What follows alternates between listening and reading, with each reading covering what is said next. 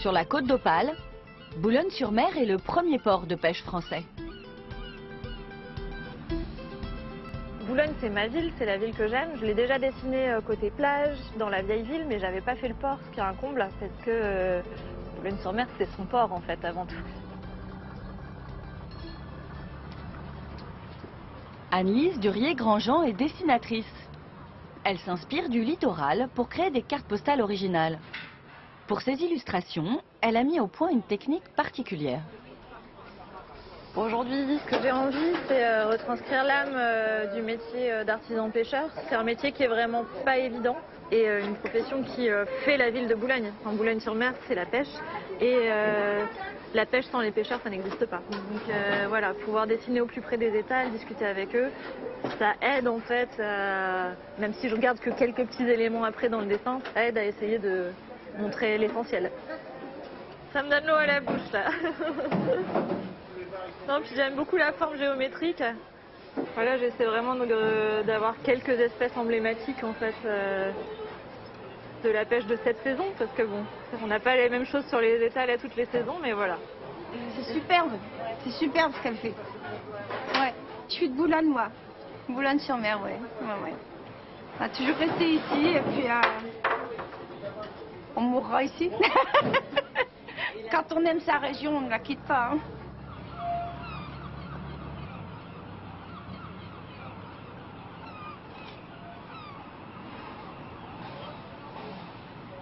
C'est vraiment un dessin d'un seul trait, donc bon, au départ je triche, je fais les formes au crayon de bois, mais une fois que je me lance, après vraiment je pose plus le crayon en fait. Et je me suis amusée à les poster sur les réseaux sociaux et j'ai eu des retours super positifs tout de suite. Je me suis dit, ah bah en fait ça plaît quoi, enfin, des petits dessins que je faisais au départ pour m'amuser, ça parle aux gens. Anne-Lise aime sublimer ses lieux fermés au public et souvent mal aimés.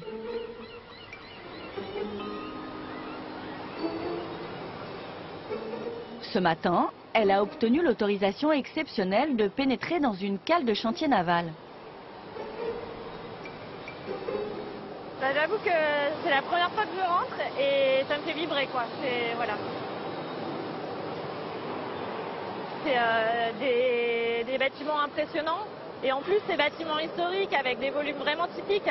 Je veux dire, c'est pas tous les jours qu'on a la chance de pouvoir voir une cale, voilà. Et je trouve que l'atmosphère du bâtiment est absolument incroyable, hyper graphique et vraiment très intéressant à construire. Donc il y a une âme, c'est un lieu historique, c'est vraiment représentatif de Boulogne et avec des volumes à dessiner sympathiques. Là c'est pas évident. D'habitude je fais des choses peut-être un peu plus épurées et là comme je suis inspirée, j'ai envie d'en faire trop je pense. Je pense qu'il faudra que j'épure après. C'est dans son atelier, au cœur de Boulogne-sur-Mer, qu'Anne-Lise réalise ses cartes postales.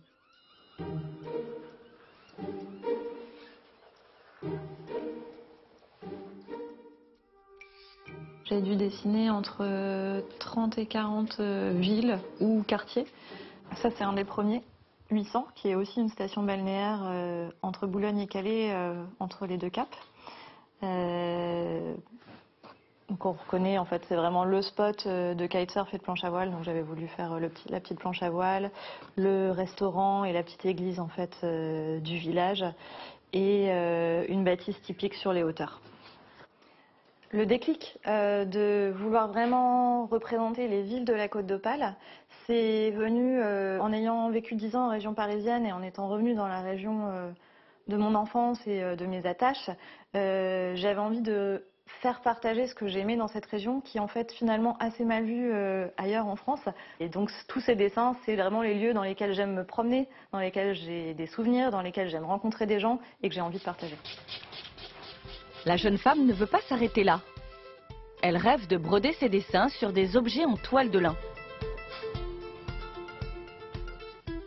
Cet après-midi, elle a rendez-vous en plein champ avec Dominique Duterte, un producteur de la région.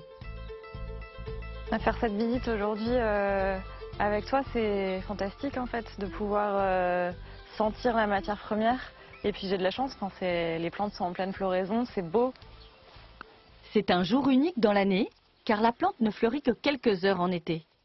Ce moment rare, Anne-Lise n'a surtout pas voulu le manquer. Ah, les fleurs sont magnifiques. Les fleurs sont magnifiques. Si le beau temps continue, on devrait finir avec un superbe lin.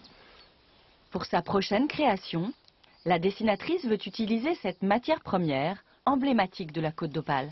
Ça fait des années que la culture de lin se fait sur le secteur maritime, hein, de la Normandie à la Belgique, hein, parce que c'est un secteur qui est favorable pour le développement du lin et pour la culture du lin. On n'a jamais les chaleurs qu'il y a ailleurs, on va dire, hein, parce qu'on a connu l'été dernier, comme ces jours derniers, des épisodes très très chauds. Et nous, on a toujours ce petit air là, marin là, qui nous rafraîchit. Hein, et ça, on apprécie. Je ne vais pas vous dire qu'on n'a pas chaud non plus, hein, c'est pas vrai. Mais on est bien. Et le lin, pour se développer, il aime bien le temps couvert. Une culture de patience et de mérite. Entre deux récoltes, Dominique doit laisser cette parcelle de terre au repos pendant 7 ans afin d'obtenir une plante suffisamment grande pour être exploitée. Voilà. Je vais vous faire voir que le fil est autour de la tige, hein. Il n'est pas dans la tige. Il suffit de le casser un petit peu, légèrement, comme ça. Voilà, vous voyez, voilà le fil qui apparaît. Cette paille qui s'en va, on appelle ça de l'étoupe. Et voilà le fil de lin. Les étoupes sont mises de côté, ils servent à différents emplois. Et dans chaque boule, là, vous pouvez y trouver la graine de lin. Vous voyez? Et alors, le fil, lorsqu'il est tiré de la tige, il est mis en balle, il donne ce beau fil de lin, là, que l'on appelle filasse. Et ça sera transporté vers des filatures, après pour être employé, pour arriver dans les locaux de Anne-Lise. C'est fantastique en fait de pouvoir sentir la matière première. Et je trouve que ça donne tout son sens au produit fini, de se dire qu'au départ, voilà, c'est cette graine, c'est cette plante, cette belle plante. Et ce travail d'agriculteur, je le trouve très très noble. Et aujourd'hui, on est juste émerveillés en fait.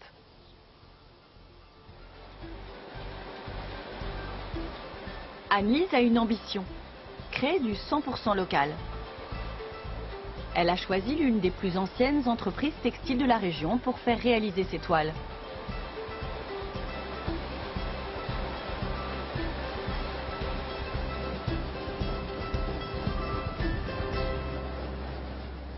Donc je vais vous montrer deux, trois qualités D'accord. qui, à mon avis, répondent à votre demande pour avoir une toile solide, qui est colorée, D'accord. non traitée, qui est cette toile-là, qui est 100% lin, bien entendu. On a une sélection de bleus particuliers, qui sont un petit peu ceux-là. Et ça, là, moi, je retrouve mon bleu, quoi. Enfin, le bleu où j'essaie de développer en fait mes gammes. Le bleu de ligne de côte. Voilà, exactement. Voilà, le bleu qui vous est propre. C'est le bleu maritime, c'est le bleu mer. Si on brode en blanc dessus, je trouve que ça ressort vraiment bien et en termes de visuel, moi, ça me parle. C'est une matière qui parle à toutes les générations. Et moi, en tout cas, mes grands-mères avaient du lin chez elles. Aimaient cette matière. Je pense qu'elles me l'ont fait aimer. Et je trouve qu'il y a une certaine noblesse. Et on voit le terroir quand on l'a, je trouve, sous les yeux. C'est du tissu qui est fabriqué au même endroit depuis 1835, quand même. Ici, dans les mêmes murs. Il y a quand même un esprit, il y a pas mal de choses qui sont dans cette usine. Il y a une histoire. C'est pas juste des métiers qui ont été posés les uns à côté des autres et à qui on dit, voilà, il faut produire. Non, il y a autre chose. Je veux dire, c'est du patrimoine immatériel qui n'a pas de prix, mais qui est un savoir-faire de tradition. Un nœud de tisserand, voilà, on sait le faire au bout de 2 ans à peu près correctement. Mais avant, on n'y arrive pas. Je pense que en fait, si on n'utilise pas les produits locaux, ça va disparaître. Enfin, il faut qu'il y ait des gens qui aient envie en fait de les utiliser. Alors certes, c'est un peu plus cher parce qu'un produit qui est 100% eau de France, enfin, ce qu'on essaye de faire du coup aujourd'hui, c'est pas le même prix qu'un produit qui est passé par la Chine ou ne serait-ce que le Proche-Orient. Mais je pense que ça garantit quelque chose et ça raconte une histoire qui n'est pas la même. Et aujourd'hui, pour moi, c'est important. Et c'est vrai que ligne de côte, je dessine la côte et en plus le lin c'est côtier, enfin, ça va exactement sur les territoires que j'aime dessiner. Donc l'histoire je la trouve jolie à raconter. Quelques semaines plus tard, dans son atelier, la créatrice peut enfin broder ses dessins sur de la toile de lin et ainsi démarrer sa future collection. La concrétisation de plus d'1 an de travail pour cette passionnée.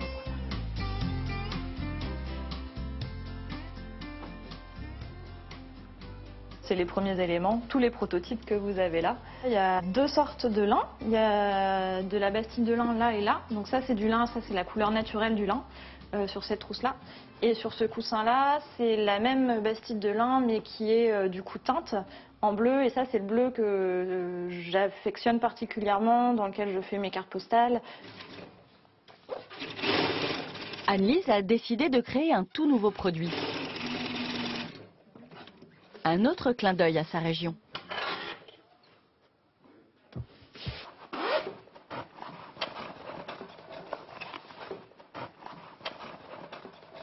J'ai toujours vu mes grands-mères aller sortir les transats pour prendre le café le dimanche midi. Ou alors de se retrouver entre amis et de les sortir sur la digue de Wimereux et pouvoir faire salon à ce moment-là et prendre l'apéro ensemble. Donc c'est un symbole de convivialité, c'est le retour des beaux jours. Et puis c'est la plage quoi. Là, je mets bien la toile. Dans cet objet, on rassemble un dessin, des lieux symboliques. Pour moi, c'est la Côte d'Opale et c'est ce que j'ai envie de partager en fait. Voilà, le transat est monté, on va l'essayer.